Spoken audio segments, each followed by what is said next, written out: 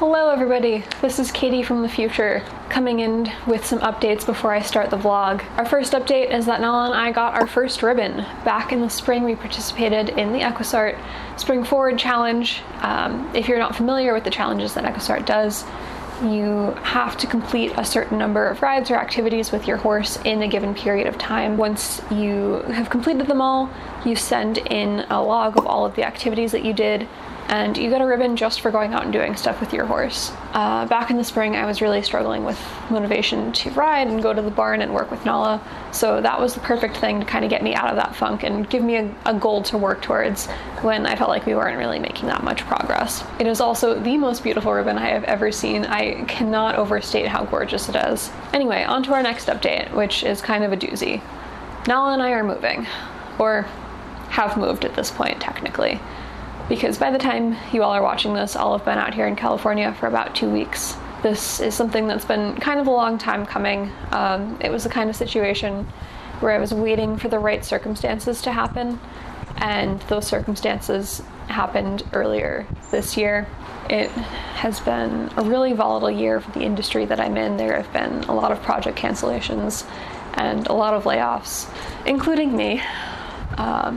I have a new job now, but unfortunately I lost my job in New York back in March. If you've been around here for a while, you'll remember that there was a vlog that I made about a weird day I had at work where I wound up leaving early to go to the barn and ride. Today was a really tough day in my office.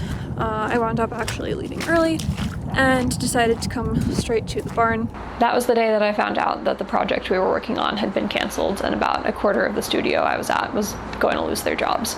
That ultimately wound up including me, and when that happened, I wound up having a really long sit-down conversation with my partner, who has lived out here in California for the last 2 years, and we decided that it was, time to make the leap and move in together.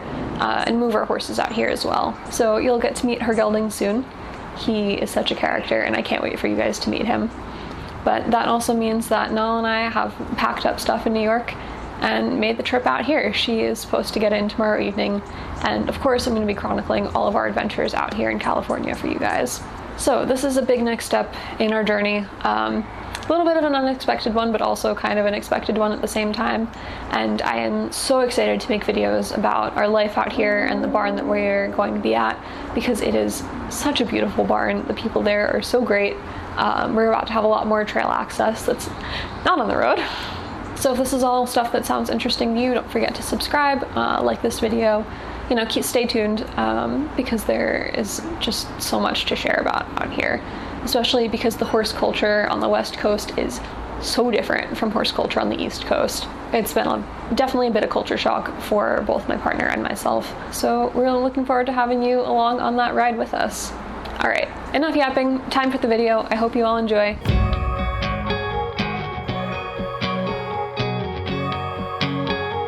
Part of why I brought up moving is because this particular night was the night I made up Nala's grain bags for the trip. Each bag got labeled with Nala's name and AM or PM, as well as my phone number, so they could call me in case of emergency. So I finished those and I left them for my barn owner to fill the following morning. We haven't done pole work in a while, so tonight I decided to set up a pole exercise for us to do. Not anything crazy, just uneven poles in a fan shape. As you can see, I was very indecisive about where I wanted to put my block to put the poles on, but eventually I found a good spot for it and got my poles set up. I love doing poles on a fan like this because you can do so much with a really simple shape. A couple weeks ago, a barn friend offered to let me try out her hackamore bridle, and I've been super excited to try it out, but I didn't have a chance to until now because of my new work schedule.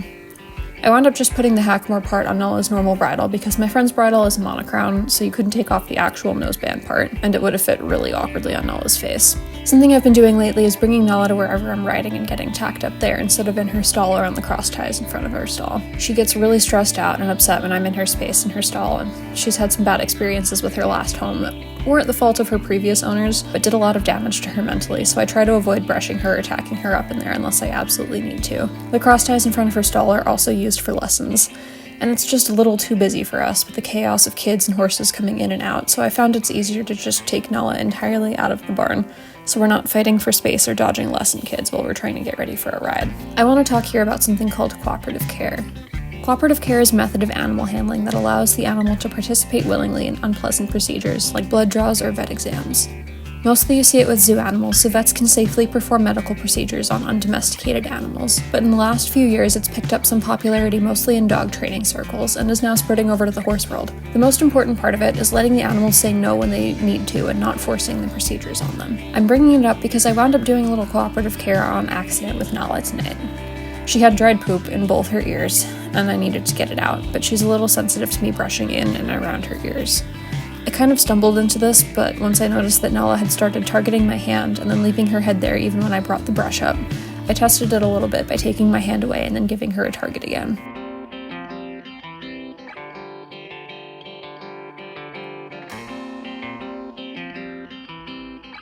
What I love about these clips is actually that she says no. You can see right here that I bring my hand up, she sees it and says yes, you can brush. I put my hand down and give her a break. But when I put it up again, she says no really clearly.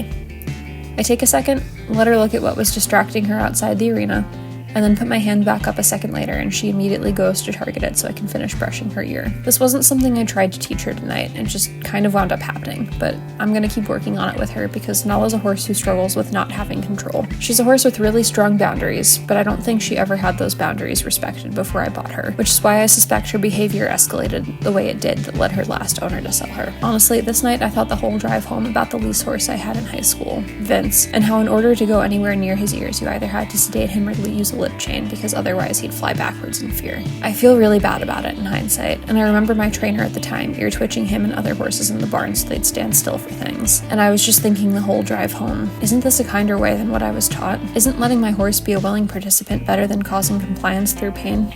You may have noticed at this point that our friends Lily and Ty have joined us in the arena. If you watched my last vlog, you'll recognize them as the friends who came to get ice cream with Nala and I. Lily and I tend to wind up at the barn around the same time, and it's so nice to have a friend to chat with while I ride. Alright, I've got Nala's bridle and the hackamore on now, and I just had to make a couple tweaks to the noseband part, and then we're good to go. I started our ride off with about 5 or so minutes of just walking, getting Nala warmed up, doing some steering and braking checks with the hackamore on, walking over the poles, etc. Our pole work was a little all over the place tonight, you'll see more in a second, and I'm not sure if it was rider error or a miscommunication through the hackamore. I also asked her for a little turn on the forehand in both directions. We're still in the early stages of lateral work, so I'm not worried about it being perfect. I try to always make sure I keep my first couple trots short and positive for Nala, so I'll usually just trot the long sides to start and then work up from there. This is not our best set of poles, but I wanted to show a little bit of the bad in with the good from tonight's ride. You can see we come around again to catch the poles, and this time I do a much better job steering Nala through the fan. The hackamore was a different feel than I'm used to. It was more stable in my hands than Nala's usual bit, which I really liked, but our steering wasn't quite there. Nala did give me some really nice moments of stretch in the hackamore, and that felt really nice. She also felt more consistent at the trot than she usually does, but I'm not sure if that was because of the bridle or because I did something different with my riding. I did notice that our issues with falling out on turns didn't happen at all this ride.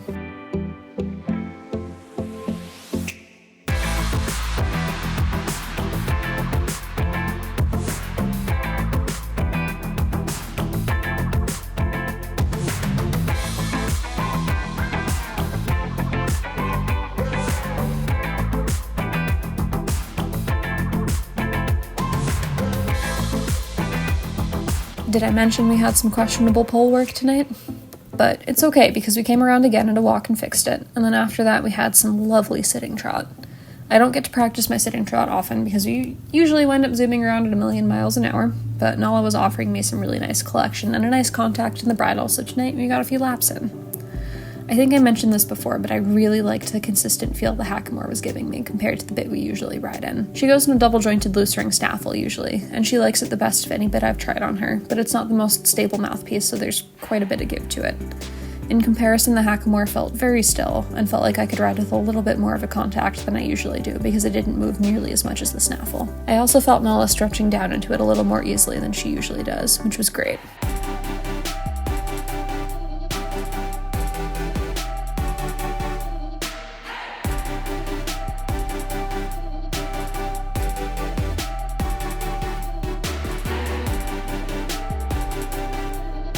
That being said, we also had our wobbly moments like this corner here. I think she got a little unbalanced and put her head up, and then I tried to turn and do the poles. I really should have skipped them and gone around until I was better prepared. And I think I wound up overcorrecting and turning too much, so we completely ate it here. Our second try was better, but I can see how loopy my outside rein is, and what I should have done is shortened it up and ridden off my outside aids more.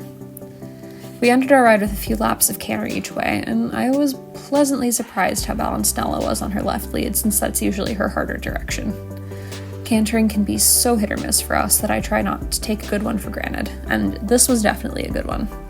We have room for improvement, but this felt lovely and it's a step in the right direction. I realized the whole time I've had this channel that I've been talking kind of obliquely about how Nala used to be when I first got her and everything we've struggled with, but haven't actually told you guys what her story is. That deserves its own video, so I think that'll be something I make soon. Comment down below if you want to hear the full story of how I found Nala and all of the training difficulties we've had. There are some fun video clips there to show you guys of all of the times I've nearly fallen off of her, and there are a lot of times. I'm not quite sure what happened here. I think I didn't put my outside aids on enough, again, and I definitely wasn't looking where I was going, but we had a bit of a mix-up coming around this turn. I gave Nala a second to walk it off, picked up our canter again, remembered to steer this time, and the second time around was much better. I didn't push it because I could feel she was starting to struggle with that right lead, and I wanted to end on a positive note, so I came around and caught the poles one more time at the trot, and then we called it quits for tonight. That's it for tonight's ride. Thank you all for coming to the barn with us. Next week's video is going to be a week in the life where I vlog the horse's first week in California and introduce a new horse to the channel. So if that interests you, don't forget to subscribe if you aren't already.